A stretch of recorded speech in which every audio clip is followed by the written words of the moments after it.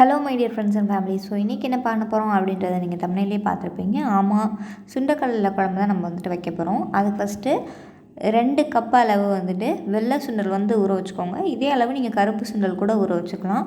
இதை நைட்டு ஃபுல்லாக வந்துட்டு ஊற வச்சுக்கோங்க. பார்த்திங்கன்னா நல்லா வந்து ஊறி இருக்கும் ஃபுல்லாக. இல்லைன்னா நம்ம குக்கரில் அதிக விசில் விட வேண்டியதாக இருக்கும். இப்போ நைட்டே ஊற வச்சிட்டோம்னா நம்ம குக்கரில் வந்துட்டு 2 விசில் விட்டால் போதும், நல்லா வெந்துடும். ஸோ நைட்டே ஊற வச்சுக்கோங்க. நல்லா 2 விசில், இது முங்குற அளவு தண்ணி ஊற்றி 2 விசில் மட்டும் வச்சு எடுத்துக்கோங்க. இதுக்கு தேவையான பொருள் பார்க்கலாம். ஒரு பிரிஞ்சி இலை, பட்டை, கிராம்பு, ஏலக்காய், கொஞ்சோண்டு சோம்பு. அதுக்கப்புறம் நான் என்ன எடுத்திருக்கேன்னா சின்ன வெங்காயத்தை நறுக்கி எடுத்திருக்கேன், இஞ்சி பூண்டு பேஸ்ட்டு 2 தக்காளி, அதுக்கப்புறமா கொஞ்சோண்டு கருவேப்பிலை இலை, இதை நறுக்கி எடுத்துக்கிட்டேன். அதுக்கப்புறம் நம்மளோட கடாயில் சூடு பண்ணிவிட்டு எண்ணெய் வந்து ஊற்றிக்கோங்க. இப்போ பார்த்தீங்கன்னா சுண்டல் ரெடி ஆயிடுச்சு. நம்ம காய்கறி நறுக்கிற நேரத்தில் சுண்டல் வந்துட்டு வெந்துருச்சு. இப்போது நம்ம எண்ணெய் ஊற்றி வச்சுருக்கிறதுல நம்ம முன்னாடியே சொன்ன மாதிரி எல்லா ஸ்பைசஸையும் ஆட் பண்ணிக்கலாம். அது கூட வெங்காயத்தையும் வந்து நீங்கள் சேர்த்துக்கலாம். வெங்காயத்தை நறுக்கி சேர்த்துக்கோங்க, அப்படியே சேர்க்க வேண்டாம். வெங்காயம் பொன்னிறமாகிற வரைக்கும் வதக்கிக்கோங்க. அது கூட நம்ம கொஞ்சம் கருவேப்பிலை இலையும் இஞ்சி பூண்டு பேஸ்ட்டையும் நம்ம ஆட் பண்ணிக்கலாம். நல்லா வந்து பச்சை வாசம் போகிற அளவு இஞ்சி பூண்டு விழுதை வந்துட்டு வதக்கி விட்டுக்கோங்க. அப்போ தான் நல்லாயிருக்கும் குழம்புக்கு, இல்லைன்னா பச்சை வாசம் அடிச்சுட்டே இருக்கும். இது கூட முன்னாடியே நான் நறுக்கி வச்சுருந்த 2 தக்காளியையும் ஆட் பண்ணிக்கிறேன். இதை ஒரு தடவை நல்லா வந்துட்டு கிளறி விட்டுக்கோங்க. அதுக்கடுத்து இதுக்கு தேவையான மசாலா என்னென்ன அப்படின்றத பார்க்கலாம். நான் வந்து 1 ஸ்பூன் அளவு மிளகாத்தூளும் 3 ஸ்பூன் அளவுக்கு மல்லித்தூளும் எடுத்திருக்கேன். இப்போது தக்காளி வேகிறதுக்காக கொஞ்சம் உப்பு சேர்த்துக்கிறேன்.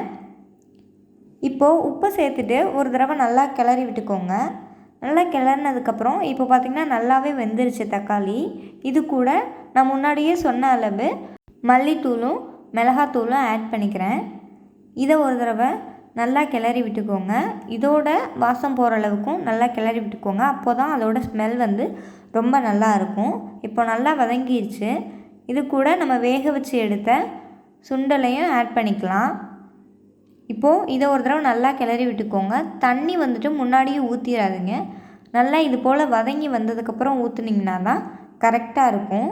இப்போ நல்லா கெட்டியாக இருக்குது. இது கூட நான் வந்து கொஞ்சமாக தண்ணி சேர்த்துக்கிறேன். அப்படி இல்லை நீங்கள் மசாலா பதத்தில் வச்சுக்கிறதுனாலும் இப்படியே வந்து நீங்கள் இறக்கிக்கலாம். இதில் கொஞ்சோண்டு கொத்தமல்லி தழை தூவிட்டு, இல்லை நீங்கள் குழம்பு மாதிரி வைக்கிறீங்க அப்படின்னா இது கூட கொஞ்சமாக தண்ணி சேர்த்துக்கோங்க.